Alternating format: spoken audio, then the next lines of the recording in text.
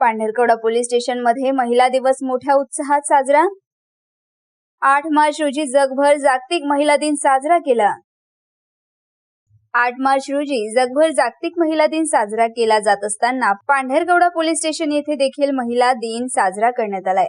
Pandharkawada police ठाण्याचे प्रथम महिला अंमलदार जया रोगे, पोलीस बारनिशी सोनू निब्रट, पायल पुंडे, मीनाक्षी गीते, अलका कांबळे आदी कर्मचाऱ्यांचा स्टेशनचे सहाय्यक पोलीस निरीक्षक श्री रमाकांत खंदारे व पोलीस उपनिरीक्षक स्वप्नील कावरे, सहाय्यक पोलीस निरीक्षक प्रमोद घोटेकर यांनी शाल व श्रीफळ देऊन सत्कार करण्यात आला।